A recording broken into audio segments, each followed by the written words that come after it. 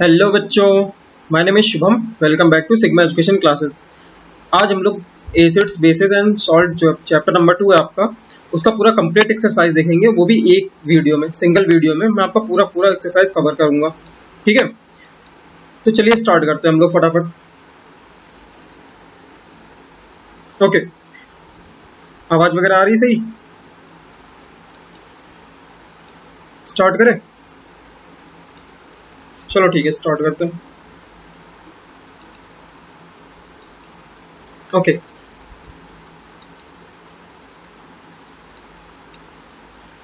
I hope आप लोगों ने दोनों लेक्चर जो इस चैप्टर के हैं वो थ्योरी वाले पहले वो आपने देख रखे होंगे। अच्छा, जिन बच्चों ने नहीं देखा वो जाके मैं आई बटन में दे दूंगा और जाके प्लेलिस्ट में देख लें। मैंने प्लेलिस्ट क्रिएट कर रखी है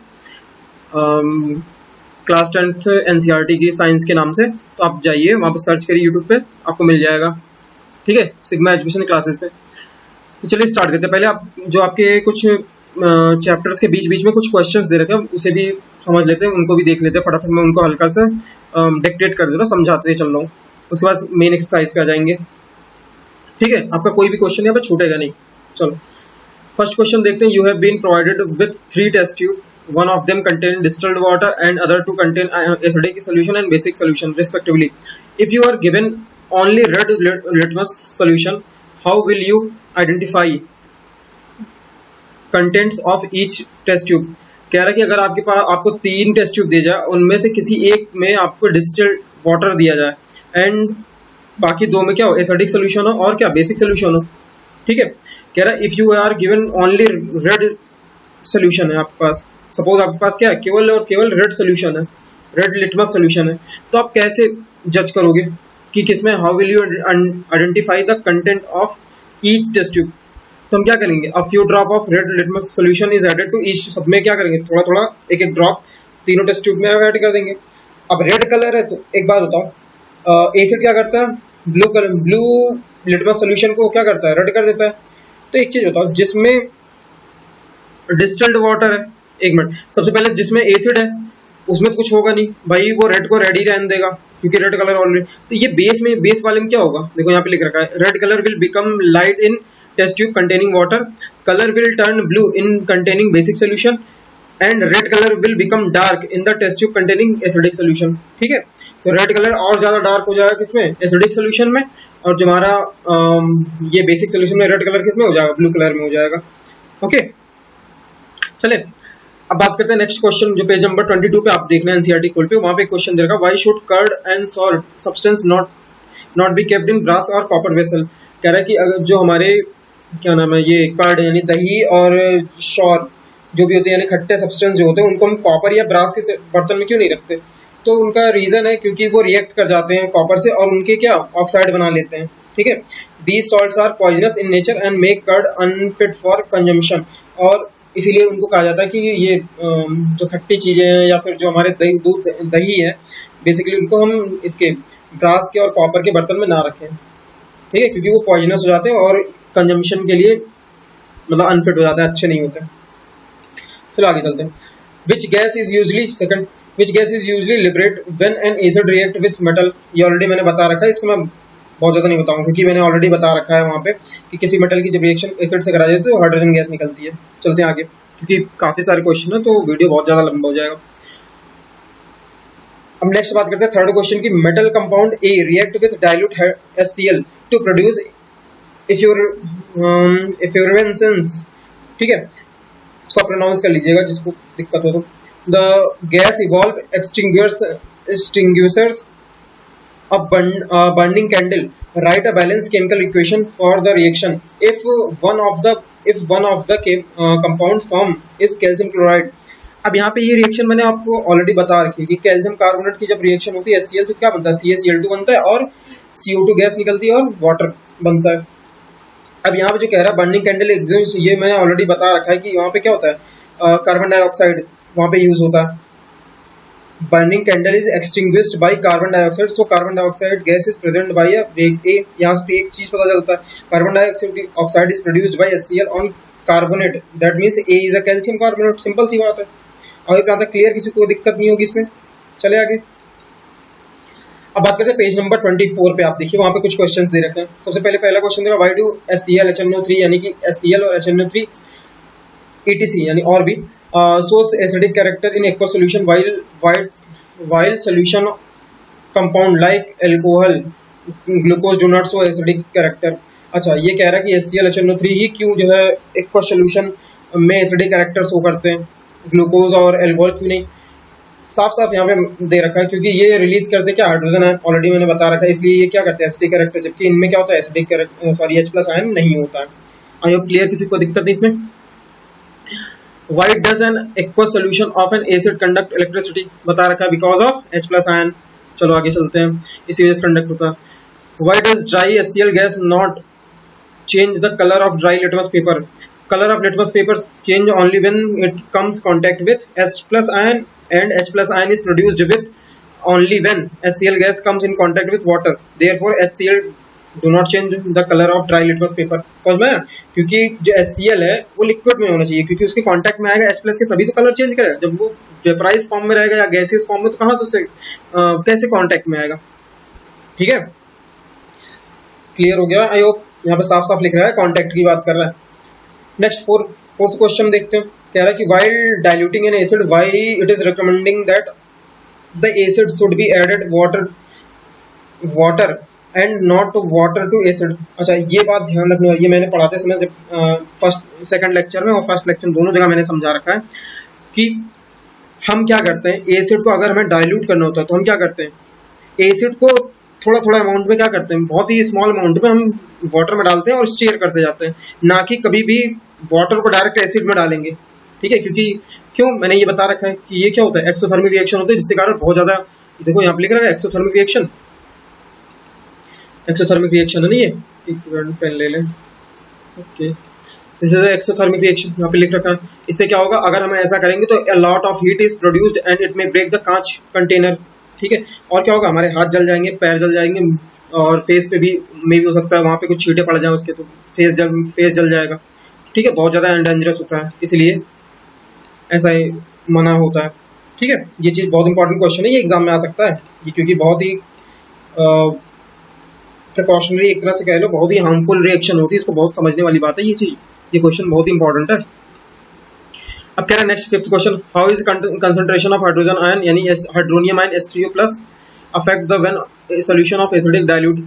इसमें क्या होता है भाई, कंसंट्रेशन ऑफ हाइड्रोनियम आयन यानी कि H3O+ जो होता है वो डिक्रीज होता है जैसे जैसे एसिड डाइल्यूट होता जाता है। ठीक है, अब बात करते हैं how concentration of hydroxyl ion OH- affect the when excess base is dissolved in a solution of sodium hydroxide. तो उस समय क्या होगा भाई, मोर होगा, सिंपल सी बात है। अगर पानी में कह रहा है एक्सेस बेस अगर डिसॉल्व कर देंगे किसी solution in a solution of sodium hydroxide, तो क्या होगा, वो मोर हाइड्रोक्साइड आयन रिलीज करेगा। दिस कंसंट्रेशन ऑफ हाइड्रोक्साइड यानी OH- ion will increase, simple सी बात है। अरे भाई कह रहा है कि अगर हम excess base sodium hydroxide already base उसमें ऐड कर देंगे, यानी कि सोडियम हाइड्रोक्साइड में तो ऑलरेडी OH- आयन है ही, यानी हाइड्रोक्सिल आयन है ही, उसमें और हाइड्रोक्सिल आयन ऐड कर रहा है, तो उसका मतलब क्या हो जाएगा, उसकी कंसंट्रेशन बढ़ जाएगी, सिंपल सी बात है। क्लियर भाई, चले आगे। अब बात करते हैं पेज नंबर 28 पे। वहां पे दे रखा है if you have 2 A and B solution the pH of A is 6 दे रखा है, ध्यान रखना यहीं पे। B की 8 दे रखा है, तो यहाँ से एक चीज क्लियर हो रहा है, A वाला सॉल्यूशन कैसा है, 7 से कम है, तो ये एसिडिक होगा, वो बेसिक होगा। तो सिंपल है, जो एसिडिक होगा यानी A इज एसिडिक, तो A में क्या होगा OH- यानी कि H+ जो देखो यहाँ पे दे रखा है A एसिडिक है, B यहाँ से क्लियर हो जा रहा है। ए में क्या होगा, जो एसिडिक होगा उसमें नंबर ऑफ H+ आयन की कंसंट्रेशन ज्यादा होगी, सिंपल सी बात। क्लियर, एकदम बच्चों वाला क्वेश्चन है, लल्लू एकदम हलवा क्वेश्चन है, जल्दी जल्दी करो। What effect does the concentration of H+ ion have on the nature of solution. तो इससे क्या होता है, अगर भाई किसी चीज में किसी सॉल्यूशन में H+ आयन की कंसंट्रेशन ज्यादा होगी, इसका मतलब वो क्या होगा, ग्रेटर एसिडिक नेचर होगा, उसका कैरेक्टर कैसा होगा, एसिडिक होगा। अगर किसी में OH- की होगी तो बेसिक कैरेक्टर होगा। अब यहाँ पे थर्ड क्वेश्चन देखो, do basic solution have also H+ ion, if yes then why are they are basic. अरे भाई होते हैं एसिडिक एंड बेसिक सॉल्यूशन दोनों में ही H+ आयन होता है, लेकिन क्या होता है, बोला है कम होते हैं कंपैरिजन में, अगर उसके 100 मॉलिक्यूल उसके 10 होंगे, ये बात होती है। बेसिक की अगर बात करते हैं तो कहाँ गया, ये रहा, सीरियस करो, नेक्स्ट पेज पे चलते हैं, वहां समझा। कह रहा है सिंपल सी बात है, बेसिक जो सॉल्यूशन हो वहां पे बहुत ज्यादा मतलब H+ आयन के कंपैरिजन में OH बहुत ज्यादा होता है, ऐसा नहीं होता नहीं होता, होता है बट कम होता है, बस ये बात है। क्लियर, कुछ नहीं है इस क्वेश्चन में। फोर्थ क्वेश्चन देखते हैं भाई, under what soil condition do you think farmer should treat the solution is soil of his field with quick lime यानी कैल्शियम ऑक्साइड और स्लेक लाइम या कैल्शियम हाइड्रोक्साइड या चॉक कैल्शियम कार्बोनेट। ये तीनों के नाम ध्यान रखना, आपसे एग्जाम में पूछ सकता है। क्विक लाइम का नाम क्या है, केमिकल नेम क्या, calcium oxide, slake calcium hydroxide, और ये चॉक जो हम लिखते हैं टीचर उससे ब्लैक बोर्ड पे, उसे कहते हैं कैल्शियम कार्बोनेट, ठीक है, चूना पत्थर। तो यहाँ पे कह रहा है कि जो सॉइल होता है उसकी, the farmer would treat the soil of his field with quick lime और slake lime when field become his acidic हो जाए, ठीक है। एक्चुअली ये क्या, ये बेसिक नेचर के होते हैं, ये जो चीजें होती हैं, ये क्विक लाइम और ये सारी चीजें ये बेसिक नेचर की होती है। अगर खेत में जो खेत का पीएच यानी कि जो हमारा फील्ड है उसका पीएच क्या हो जाए, बेसिक एसिडिक हो जाए, तो हम क्या उसको न्यूट्रलाइज करने के लिए एसिड के इफेक्ट को हम क्या करेंगे, ये कैल्शियम हाइड्रोक्साइड और कैल्शियम ऑक्साइड ये सारी चीजें उसमें पुट करेंगे, ठीक है। अब बात करते हैं पेज नंबर 33 पे कौन कौन से क्वेश्चन दे रखे हैं। मैंने बोला था ना ये क्वेश्चन आपके एग्जाम में आएगा, वेरी वेरी इंपॉर्टेंट क्वेश्चन है ये। तो यहाँ पे जो CaCOLT ये क्या है, मैंने बताया कैल्शियम ऑक्सीक्लोराइड, इसे कहते हैं ब्लीचिंग पाउडर, ध्यान देना बच्चों, ये चीज ध्यान। Second, name of the substance on which treatment of chlorine yield bleaching, ये भी मैंने ऑलरेडी बता रखा है। स्लेक लाइम को क्या करते हैं, स्लेक लाइम ऐसे क्या बोलते हैं, कैल्शियम हाइड्रोक्साइड का रिएक्शन मैंने बोला था, याद रखना आपको, ये एग्जाम के लिए बहुत इंपॉर्टेंट है, वेरी वेरी इंपॉर्टेंट, आएगा एग्जाम में जरूर। आगे चल भाई, ठीक है, मैंने बता रखा ऑलरेडी वहां पे, आप रिएक्शन आप देख लें। Name the sodium compound which is used for softening hard water, already बता रखा, सोडियम कार्बोनेट जब पढ़ाया था Na2CO3, तो उस वहाँ पे लिखा था उसके यूसेज जब हम पढ़ रहे थे तो वहाँ पे लिखा था it is used for softening of hard water, मैंने बताया था हार्डनेस का मतलब क्या होता है वहाँ पे, ठीक है, और हार्ड वाटर हमारे पीने के काम में नहीं आता। अब बात करते हैं नेक्स्ट क्वेश्चन की, okay. What will happen if solution of sodium hydroxide carbonate is heated? ये ऑलरेडी मैंने बता रखा है, सोडियम बाइकार्बोनेट या सोडियम हाइड्रोजन कार्बोनेट को अगर हीट करते हैं, ये रिएक्शन मैंने बता रखा है, तो क्या होता है, उसका कार्बोनेट बन जाता है सोडियम का, और CO2 गैस निकल जाती है और पानी बनता है। इसको याद रखना, ये रिएक्शन बहुत इंपॉर्टेंट है, एग्जाम में आता है, ध्यान रखना। फिफ्थ क्वेश्चन बात करते हैं, right an equation two show the reaction between plaster and Paris and water, ये भी मैंने बता रखा है। जब प्लास्टर और पेरिस की रिएक्शन हम किससे कराते हैं, मैंने बताया ये पाउडर के फॉर्म में होता है, ½ होता है इसमें, इसकी रिएक्शन जब 3/2 वाटर से मॉलिक्यूल से कराते हैं, क्या जिप्सम बना लेता है, इसका मैंने फॉर्म जिप्सम बताया था, जिप्सम, क्लियर। तो ये देख लेना अच्छे से, वेरी इंपॉर्टेंट, इसे पढ़ा रुका हूँ, इस पर मैं ज़्यादा टाइम नहीं दे रहा हूँ, इस पर जिसने नहीं पढ़ा लेक्चर नहीं देखा वो जाके पुराने लेक्चर देखे पहले, ठीक है, वहाँ से आपको बहुत अच्छे से क्लियर हो जाएगा चीज़ें, कुछ भी नहीं है, बस सिंपल सा है। आपको POP का फॉर्मूला में ध्यान रखना है, हाफ होता है, और जब वो पानी से रिएक्ट करता है तो वो क्या होता है, जिप्सम बन जाता है, जो कि बहुत हार्ड होता है, जिसको हम प्लास्टर वगैरह लगाने, जब बोन हमारे फ्रैक्चर हो जाते हैं, हड्डियाँ टूट जाती है, तो डॉक्टर उसमें जो फ्रैक्चर लगाते हैं वहाँ पे यूज़ करते हैं। अब बात करते हैं हमारा जो मेन चीज़ आ गया, हमारा एक्सरसाइज, टेक्स्ट बुक का जो एक्सरसाइज है अब हम बात करेंगे, उसका कंप्लीट सोल्यूशन मैं आराम से यहाँ पे समझाते चलूँगा। देखो सबसे पहले फर्स्ट क्वेश्चन ऑब्जेक्टिव हम देखते हैं। A solution turn red litmus blue, कह रहा है कि एक सोल्यूशन है जो a solution turn red litmus blue, its pH is likely to be, बताओ भैया क्या करता है, एक सोल्यूशन क्या करता है, नीले लिटमस को लाल कर देता है, तो इसका मतलब वो कैसा है भाई, ऑब्वियस सी बात है, वो कैसा है, उसका pH कितना होगा, 10 होगा, यानी कि 10 का मतलब 7 से ज्यादा होगा, बेसिक नेचर का होगा ना, तभी तो वो ब्लू कर दे रहा। और सॉरी यहाँ पे कह रहा है कि टर्न्स रेड लिटमस ब्लू, यहाँ पे कॉमा लगाने यहाँ पे थोड़ा दिक्कत है, कि ऐसा एक सोल्यूशन है जो रेड लिटमस को ब्लू कर दे रहा है, तो इसका मतलब ब्लू कर रहा है, तो कौन सा वो, उसका pH कितना होगा, मतलब वो बेसिक नेचर का होगा, इसलिए उसका 7 से ज्यादा कौन नहीं, A गलत, B गलत, C गलत, यानी कि D सही, ऑब्वियस सी बात है। A solution react with, next, a solution react with crushed egg shell to give a gas that turn lime water milky, the solution contain, अच्छा एक चीज आपको बताओ, एग के जो सेल होते हैं वो क्या होता है, कैल्शियम के बने होते हैं, ये आपको सबको पता होगा। तो जब उसकी रिएक्शन हम कराएंगे किससे, लाइम वाटर यानी कैल्शियम हाइड्रोक्साइड से, तो क्या बनेगा भाई, HCl गैस बनती है, सिंपल सी बात है। मैंने ये रिएक्शन भी बता रखा था, जिनने ना देखो जाके रिएक्शन केमिकल प्रॉपर्टीज जब पढ़ेंगे आप एसिड बेस की, तो वहाँ मैंने बता रखा है। चले आगे, third question, very important question, अच्छा क्वेश्चन है, देखो 10 milliliter of a solution of NaOH is found to be completely neutralized by 8 ml। और कह रहा है 10 ml सोल्यूशन यानी बेसिक है, उसको न्यूट्रलाइज करता है कितना, 8 ml, neutralise by 8 ml of a given solution of HCl। ठीक, मतलब 10 ml के सोल्यूशन NaOH बेसिक सोल्यूशन को 8 ml के HCl का जो सोल्यूशन उसे न्यूट्रलाइज कर देता। ठीक है, if we take 20 ml of same solution of NaOH then the amount of HCl required to. अच्छा, ये चीज ध्यान रखना आपको, मोलरिटी वगैरह ये वैसे यहाँ पे तो नहीं, बट आपको उसे समझाना है। इसका आंसर आएगा 16। अब ये कैसे आएगा ये मैं बताता हूँ। भाई सिंपल सी बात है, इसमें क्या है कि जब 8 ml एसिड HCl का जो है वो 10 को 10 ml NaCl को क्या कर रहा है, न्यूट्रलाइज कर रहा है। तो भाई 8 टू जा, और यहाँ पे क्या हो रहा है 8, ये 10 का 20 हो जा रहा है। सिंपल सी बात है, यहाँ पे देखो 10 का 20 यहाँ डबल हो रहा है, ये 8 का कितना 16 हो जाएगा, 16 ml सीधा सीधा आंसर आ रहा है। भाई ये यूनिटरी मेथड लग रहा है जिसने मैथ्स का है, कोई इसमें दिमाग लगाने वाली बात नहीं है। अब नेक्स्ट बात करते हैं फोर्थ क्वेश्चन की। Which of the following type of medicine is used for treating indigestion,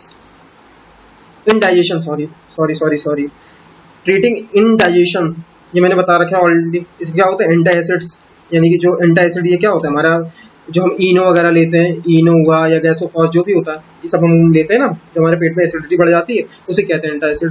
ठीक, चलिए आगे, अभी ज़्यादा क्लियर, किसी को दिक्कत नहीं। ओके, नेक्स्ट बात करते हैं fifth question. Write word equation and then balance equation of the. अच्छा, ये वेरी वेरी इंपॉर्टेंट, अच्छा क्वेश्चन है ये आपको ध्यान रखना है। यहाँ पे वर्ड्स के फॉर्म में इक्वेशन दे रखी है, आपको इसको इक्वेशन के फॉर्म में लिखना है, फॉर्मूले के फॉर्म में। तो आपको सिंपली लिखते जाओ, बस क्या दिक्कत है। तो डाइल्यूट, यहाँ पे कह रहा है डाइल्यूट सल्फ्यूरिक एसिड की रिएक्शन जब जिंक ग्रेनुअल से कराएंगे, जिंक ग्रेनुअल मतलब जिंक के चूर्ण से एक तरह से कह लो, उसके एटम से कराएंगे, सिंपल सी बात समझो। ठीक है, तो यहाँ पे वही चीज मैंने ऑलरेडी बता रहा था। अब आपको सल्फ्यूरिक एसिड का फॉर्मूला याद होना चाहिए, H2SO4। भाई जिस बच्चे को नहीं याद होगा वो नहीं कर पाएगा, एग्जाम में छोड़ा आएगा क्वेश्चन, कहेगा मैं तो याद ही नहीं है।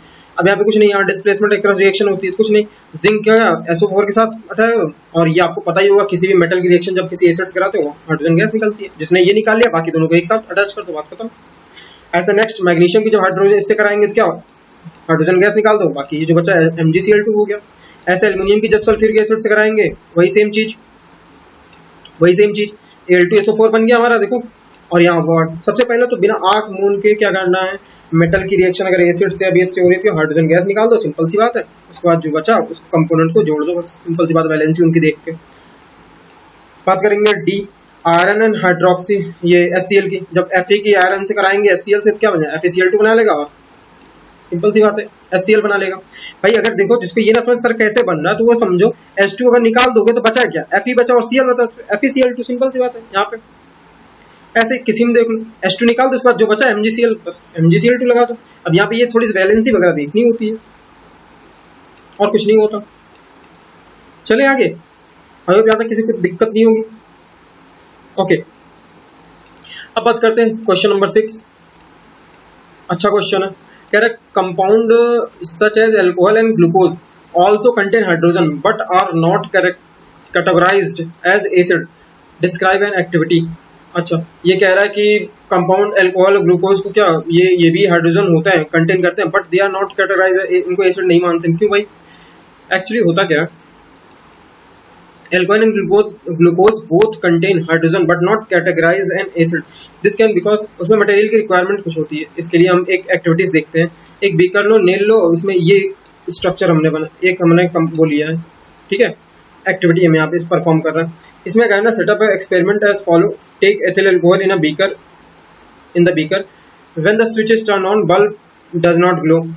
ठीक है, take glucose solution in place of alcohol but bulb does not glow. तो यही से हम समझ में आता है, और इसी की जगह पर अगर कोई एसिड सोल्यूशन आप डाल दो तो ये बल्ब क्या जल जाती है, इससे पता चलता है उनमें क्या इलेक्ट्रिसिटी पास हो रही है इसकी एसिड में, जबकि इसमें क्या होता नहीं होता। इसी वजह से इसको कैटेगराइज नहीं करा गया एसिड के फॉर्म में। I hope clear. भाई अगर इसके सोल्यूशन से इसमें H+ आयन होते, मतलब उससे अगर इलेक्ट्रिसिटी पास होती तो यहाँ बल्ब जल जाता, लेकिन बल्ब नहीं जल रहा, इसलिए क्या हो रहा है, इनको हम उस कैटेगरी में नहीं डाल रहे। अब बात करते हैं क्वेश्चन नंबर 7 की।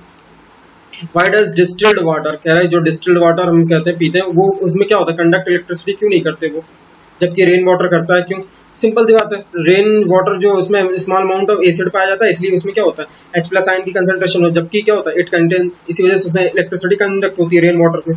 जबकि डिस्टिल्ड वाटर जो हमारा, तो वो प्योर वाटर होता है, इसमें कोई आयन नहीं होते, इसलिए उसमें क्या होता है कोई वो इलेक्ट्रिसिटी कंडक्ट नहीं करता। क्योंकि भाई आपको पता है ना कि इलेक्ट्रिसिटी कंडक्ट करने के लिए आयंस की जरूरत होती है, फ्री आयंस की या फिर फ्री इलेक्ट्रॉन्स की।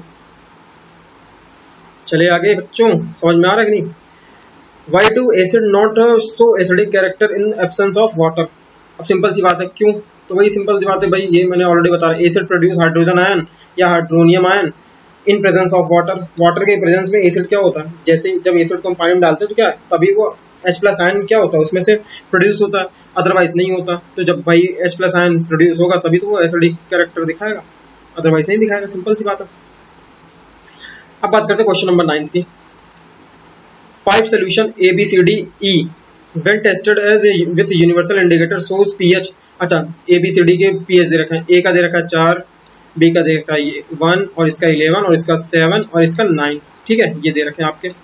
तो सिंपल सी बात, न्यूट्रल कौन है, जिसका 7 है। विच सोल्यूशन इज न्यूट्रल, बताओ भाई, बोलो, ये बहुत इजी है, किसी को दिक्कत इसमें नहीं होनी चाहिए।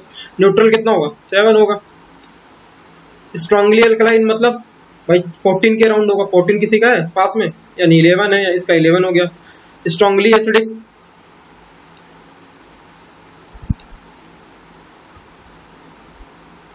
ठीक है, स्ट्रांगली एसिडिक कौन होगा, तो जो 0 के आसपास होगा, यानी 1 है, ठीक है, 1 वाला हो गया। ओके, वीक एसिडिक कौन होगा, जो 7 के पास होगा, 7 के करीब कौन है, 7 से थोड़ा कम 4 होगा, और वीकली अल्कलाइन 9 होगा। बस यही आंसर होगा। ओके, क्लियर, किसी को दिक्कत इसमें?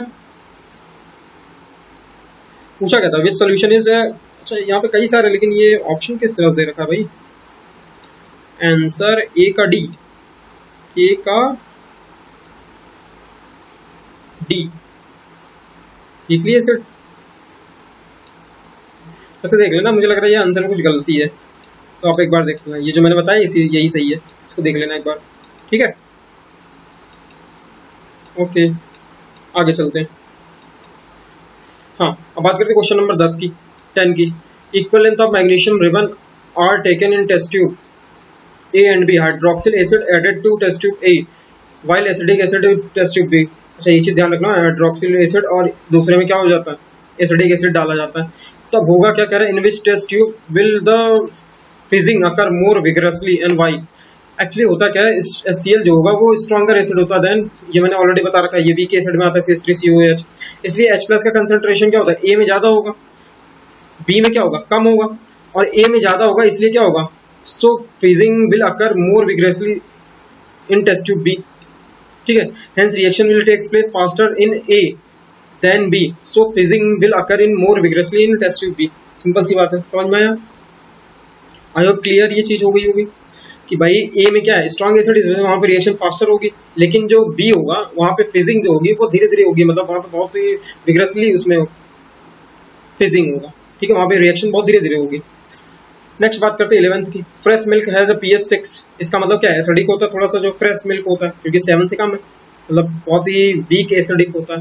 How do you think the pH will change as turn into curd. अच्छा, कर्ड में होने के बाद कितना हो जाता है, सोचो आप। बैक्टीरिया क्या होता है, आपको पता होगा, लैक्टोबैसिलस नाम का एक बैक्टीरिया होता है जिससे दही शायद बनती है, अब एक बार चेक कर लेना आप लोग। तो curd by producing a lactic acid because the presence of lactic acid in curd, जिसका होता क्या है 6 से कम आ जाता है, और भी जब दूध से दही बनता है तो पीएच वैल्यू दूध की कितनी हो जाती है, 6 से कम हो जाती है, जिसके कारण वो क्या होगा, उसमें क्या लैक्टिक एसिड बन जाता है, जिसका पीएच का तो 6 से कम हो जाता है, और वो एसिडिटी उसकी बढ़, इसलिए बहुत खट्टा लगने लगा दूध। कह रहा milkman added, next question, question number 12 की बात करेंगे। A milkman adds a very small amount of baking soda in fresh milk. क्यों भाई? Why he shift the pH of the milk from 6 to slightly alkaline? Why does this milk take a long time set to a curd? अच्छा, ये चीज आपको बताना, बताओ भाई क्यों ऐसा? क्योंकि भाई 6 है, वैसे ही थोड़ा सा, एक बात बताओ, जो फ्रेश मिल्क होता है उसका pH होता है 6, और जैसे ही कर्ड होना होता है विद इन एक डे अगर आप रख दो तो क्या होगा, 6 से जैसे ही डाउन होगा 5 आया या 4 आया, तुरंत क्या होगा, कर्ड हो जाएगा। और इसीलिए उसका पीएच बढ़ाने के लिए उसमें क्या करते हैं, अल्कलाइन डाल देते हैं, यानी कि बेकिंग सोडा डाल देते हैं लोग, यानी जो दूध वाला होता है वो क्या करते हैं, उसमें बेकिंग सोडा डाल देते हैं, जिसके कारण वो क्या उसका पीएच वैल्यू बढ़ जाए, और जब वो आएगा भी तो उसे पीएच कम होने में थोड़ा टाइम लगता है, तो और ज्यादा टाइम उसे मिल जाएगा। जो एक दिन में खराब होना वो 2 दिन चल जाएगा। ठीक है, क्लियर बच्चों? आई होप समझ में आ रहा होगा आप सबको। नेक्स्ट बात करते हैं। अच्छा, यहाँ पे वही चीज दे रखी है कि क्यों यूज है, जो मैंने बता रखा कि the pH milk of 6 very slightly is very small amount of baking soda, this because of sodium hydrogen baking soda is basic in nature, this prevent the milk of souring. वही कह रहा है, खट्टा होने से बचाता है।